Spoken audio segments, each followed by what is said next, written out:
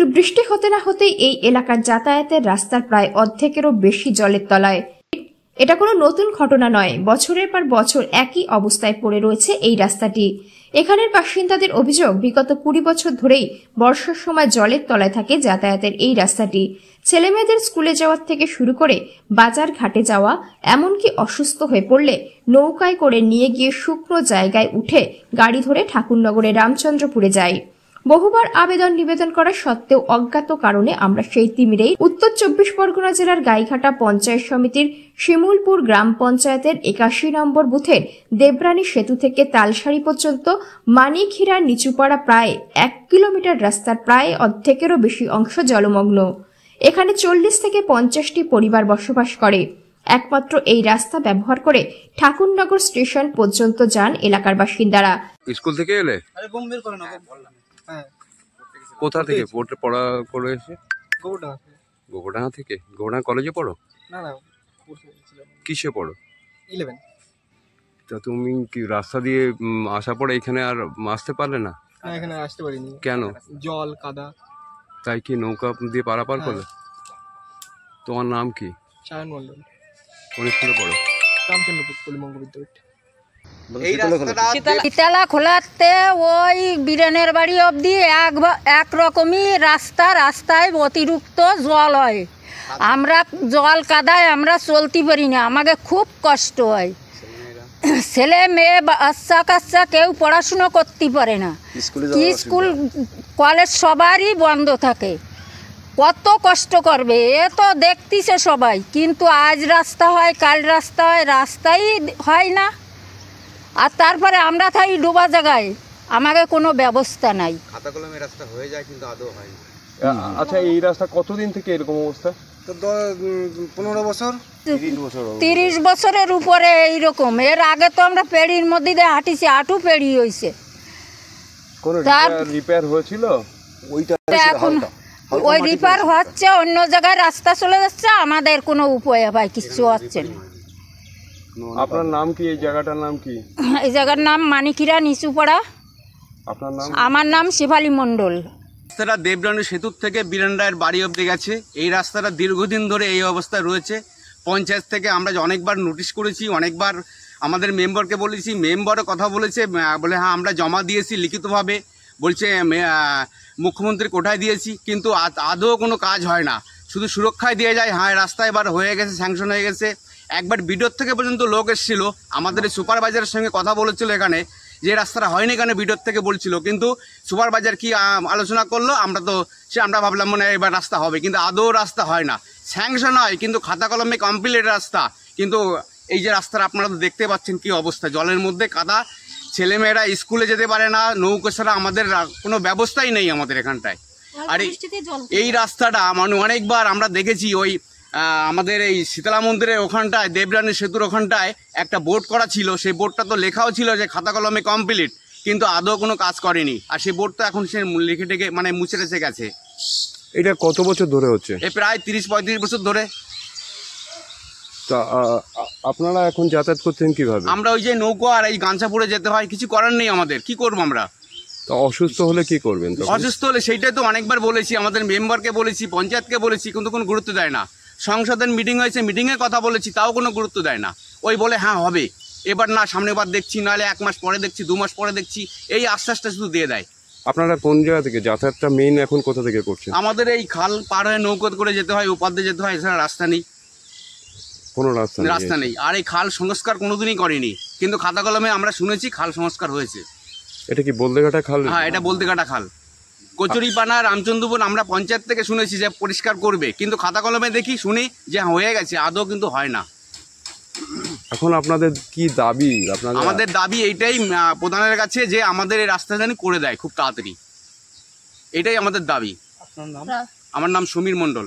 এই বুথের পঞ্চায়েত সদস্য বিজেপির নিপা বিশ্বাস যদিও দাবি করেছেন তিনি বহুবার পঞ্চায়েত এবং পঞ্চায়েত সমিতিকে এই রাস্তাটি সংস্কার সহ বলদেঘাটা খালে ড্রেসিং এর দাবি জানিয়েছেন। আমি নিপা বিশ্বাস, 81 পার্টির মেম্বার। এবার আমি এটা পঞ্চায়েতকে জানিয়েছিলাম, ওরা বলেছে এটা করে দেবে, কিন্তু কবে করবে সেটা আমায় বলেনি। তাও আমাদের এনএস দিল্লি গেছে, দিল্লি থেকে আসবার পরে বলেছে একটা সুযোগ করে দেবে হয়তো ওদের। যেটার জন্য আমি অনেকবারই পঞ্চায়েতে দাবি করেছি বা অনেকবারই কথা বলেছি, তা ওরা বলেছে অনেকটা এরিয়া তো, ওটা মুখ্যমন্ত্রী কোঠায় দেওয়া ভালো। তারপর ওরা আমি মুখ্যমন্ত্রী কোঠাটা দিয়েছিলাম, তা ওখানে ওরা দেখতে এসেছিলো 2 বার করে, আসবার পর ওরা মেপেও গেছে, কিন্তু ওখান থেকে এখনও কোনো কিছু বলেনি আমায় মুখ্যমন্ত্রী কোটার থেকে। এটা কত দিন আগে হয়েছে? কতদিন, তাও এটা 6 মাস প্রায় হয়ে গেছে। তা ওরা আমার 6 মাস টাইম দিয়েছিল। তারপরে একদিন কল করেছিল মুখ্যমন্ত্রী কোটার থেকে যে এর মাপটা কতটা আছে। তা আমি এবার মাপ পঞ্চায়েতের থেকে লোক এনে মেপে আমি এবার পাঠিয়ে দিয়েছিলাম ওদেরকে। তাও ওখান থেকে তারপর আর কিছু বলেনি। তাও আমাকে একদিন পঞ্চায়েতে গেলাম আর একদিন করে, যাওয়ার পরে বললো যে না ওটা করে দেওয়া হবে, কিন্তু একটু দেরি হবে। এর মধ্যে তো জল এসে গেছে, এখন আর কি করতে পারি আমি। এটা তো বহু বছর ধরেই তো বারবার অভিযোগ বহু বছর ধরে এটা। এবার আমি তো নতুন, যদিও ওটা আগে হয়েছিল নাকি শুনেছি, ওটা রাস্তার টাকা নাকি এদিক ওদিক হয়ে গেছে। যাই হোক, আমি সেটা জানি না, শোনা কথা আমার। ওখানে একটা পোস্টার ছিল, ওই শীতলা মন্দিরের পাশে একটা পোস্টার ছিল, এখানে একটা ইয়ে ছিল, তো সেখানেও তো দেখা গিয়েছিল এই কাজটা নাকি হয়ে গেছে, কিন্তু আদৌ তো সেটা তো আমিও দেখেছি। এবার আমি কি বলতে পারি তার জন্য, আমার তো কিছু বলার নেই। তারপর আমি জিজ্ঞাসা করে বলছে না এটা ভালো কথা হয়নি নাকি। এবার সেটা তো আমি বলতে পারবো না, আমি যদিও নতুন, আমি তো এটা বলতে পারবো না। আপনি কোন দলের থেকে জিতেছিলেন? আমি বিজেপি দলের থেকে জিতেছি। পঞ্চায়েত কাদের আছে? এটা টিএমসিদের পঞ্চায়েত আছে, বিজেপির পার্ট। তো সেক্ষেত্রে কি আপনার কোনো কিছু মনে হচ্ছে যে বিজেপির পার্ট বলে কি এই রাস্তাটার? না না না, ওটা কোনো মনে হচ্ছে না। ওটা কোনো সমস্যা না, কিন্তু করবে ওটা। এখনও একটু সমস্যা চলছে ওদের। যাই হোক, দিল্লি গেছে এনএস, আসার পরে দেখি কি সিদ্ধান্ত করে। এটা নিয়ে আমিও খুব বলছি ওদের, আর ওরাও ভিডিও পাঠিয়েছি আমি ওদেরকে। এখন দেখি কি করে, এখন আসবার পরে দেখে এখন আসেনি এনএস। ওই এলাকার ছেলেমেয়েরা তো নৌকা থেকে যেটুকু আছে পারাপার করে এই পাশে আসছে, কি বলবেন? পড়াশোনার ক্ষেত্রেও তো আমি তো ওটার জন্যই ভিডিওটা পাঠিয়েছি যে ওদের খুব অসুবিধা হচ্ছে, যত তাড়াতাড়ি পারেন এই রাস্তাটা করতে হবে। তার কে থেকে আমি আর কি বলবো, আমি তো আর কিছু বলতে পারি না, কারণ যদিও পঞ্চায়েত আমাদের না, আমি তো জোর করে বলতেও পারি না। তাও যতটা জোর করার দরকার আমি করি, পঞ্চায়েতে গিয়ে অনেকটাই করি আমি। জন্য তৈরি করছেন? আর জল হলে আমরা কি করব, আমাদের তো কোনো যাতায়াতের পথ নাই। তাই নৌকোটা তৈরি করছেন? হ্যাঁ। জল কি কবে কবে থাকে, মোটামুটি কিরকম থাকে জল? তারপরে 2 মাস 3 মাস তো থাকে। ওই এই নৌকার উপরেই ভরসা আপনাদের? উপরেই যাতায়াত করতে হয়। আপনার নাম কি? আমার নাম দুলাল বিশ্বাস। রাস্তাটা নিয়ে আমাদের বহুত দিনের একটা সমস্যা, বিগত 30 বছর পুরনো দিনের সমস্যা। আমরা এই রাস্তাটা নিয়ে বহুত দিন ধরে ভুগছি। আমাদের এই রাস্তায় এই ফ্যামিলি মোটামুটি 65 আপ আছে ফ্যামিলি। সবাই মোটামুটি স্টুডেন্ট না হলেও 30-35 জন স্টুডেন্ট আছে। তাদের সকলকার স্কুলে যেতে খুব অসুবিধা হয়, প্রাইভেট টিউশন সবাইকেই থাকে, তাদেরকে স্কুলে যেতেও অসুবিধা হয়। জল হলে তো যাতায়াতের ব্যবস্থা খুবই সমস্যা। এক নৌকা ছাড়া এদের যাতায়াত কোনোভাবেই করা সম্ভব না, সেই স্টুডেন্ট হোক আর ফ্যামিলি আদার্স যারাই হোক, সবাইকেই এই রাস্তাটা নিয়ে আজ অনেকবার আলোচনা হয়, পঞ্চায়েতে হয়, আমাদের এই আরপি বিদ্যালয়ে এই নিয়ে সমস্যার জন্য সমাধান করার জন্য মাঝে মাঝে মিটিং করা হয়, কিন্তু সেক্ষেত্রে আলোচনার বিষয় একটাই থাকে, হয়ে যাবে বাস, নেক্সট টাইম এটা আর পুনরুদ্ধার কোনো কাজই হয় না। ঠিক আছে, এই বিষয়টা নিয়ে আমরা বারবারই পঞ্চায়েতে জানাই, লিখিত কমপ্লেনও আমরা অলরেডি করেছি। তারপরেও আমাদের একটাই কথা বলা হয়েছে, রাস্তা হয়ে যাবে, সামনের মাসে হবে, সামনের বছর হবে, এইভাবেই চলছে। আপনি দেখুন আপনাদের রাস্তাটা কী অবস্থায়, এখান থেকে বাচ্চা কাচ্চা আমাদেরও যাতায়াত করতে ভীষণ অসুবিধা হয়। রাস্তাটা দেখলেই আপনি বুঝতে পারছেন যে এর কন্ডিশনটা কী কীরকম আছে। তা আপনাদের কি দাবিটা কি? আমাদের একটাই দাবি, যত তাড়াতাড়ি সম্ভব আমাদের রাস্তাটা যেন হয়ে যায়, যাতে আমরা সবাই রাস্তাটা দিয়ে অন্তত যেতে পারি। জল হলেও রাস্তার মধ্যে যাওয়া সম্ভব, বাট এই ইটের মধ্যে তো যাওয়া সম্ভব না, সবার পা মা কেটে যাবে। কোনো সময় কোনো ফ্যামিলি যদি কোনো অ্যাক্সিডেন্ট হয়, আমাদের নিয়ে যেতেও অসুবিধা হয়, কোনো অ্যাম্বুলেন্স এই পর্যন্ত আসতে পারে না। এটা হচ্ছে একটা বিশেষ সমস্যা। এটা মোটামুটি 35 বছর 35 বছর ধরে এরকমভাবেই পড়ে আছে রাস্তাটা। আপনার নাম কি? আমার নাম অশোক বাগচি। অন্যদিকে শিমুলপুর গ্রাম পঞ্চায়েতের প্রধান নিভারানী ঘোষ জানান, এই রাস্তাটির সংস্কারের জন্য যে টাকা দরকার সেই টাকা পঞ্চায়েতের পক্ষ থেকে করা সম্ভব নয়। তাই আমরা মুখ্যমন্ত্রীর কাছে আবেদন করেছিলাম। এলাকার মানুষের পাশে আমরা আছি, যত শীঘ্রই সম্ভব এর সমাধানের চেষ্টা করা হবে। তবে বিজেপির সদস্যদের বুথ বলে কোনো কাজ হচ্ছে না, এই অভিযোগ ভিত্তিহীন। এখন দেখার এলাকার বাসিন্দারা কবে তাদের জল যন্ত্রণা থেকে মুক্তি পাবে। ওটা নিয়ে আমাদেরও ভাবনা আছে। আমরা ওটা নিয়ে আমাদের ইঞ্জিনিয়ারকে পাঠিয়েছিলাম, ইঞ্জিনিয়ার দেখে এসেছে, কিন্তু ওটা আমাদের পঞ্চায়েতের আয়ত্তারে নেই। ওটা আমাদের যে টাকা আসে সেই টাকায় আমরা ওই রাস্তা করতে পারবো না। আমরা মুখ্যমন্ত্রীকে জানিয়েছি, আশা করি খুব তাড়াতাড়ি ওটার সলভ হয়ে যাবে। আচ্ছা, ওই রাস্তাটা ওখানে যারা যে মেম্বার আছে, আমরা জানি 81 নম্বর বুথ, ওখানে বিজেপির সদস্য মেম্বার, তো আপনারা কি এইরকম বিজেপির সদস্য মেম্বার বলে কি এরকম?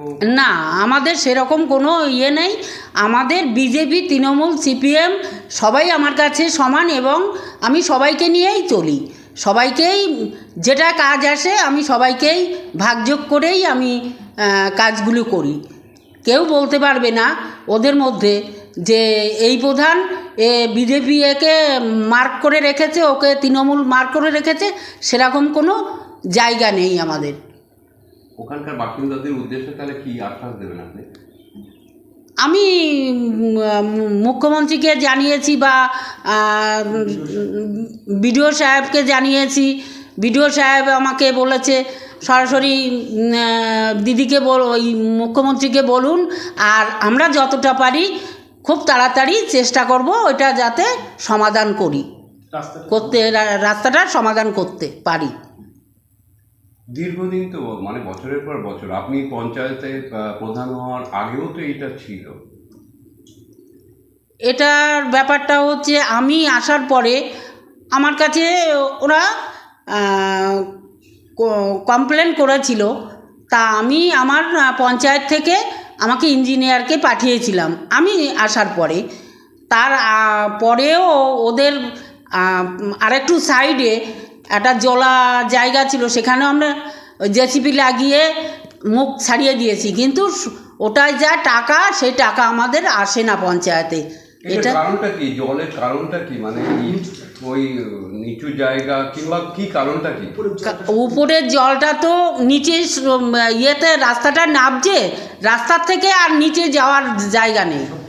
একটা খাল কি সংস্করণ হয়েছে? না, ওই নামে মাত্র একটু হয়েছে। সত্যি কথা বলতে আমরা ওই উপরটা যদি না পরিষ্কার হয় আমরা জলমগ্ন হব।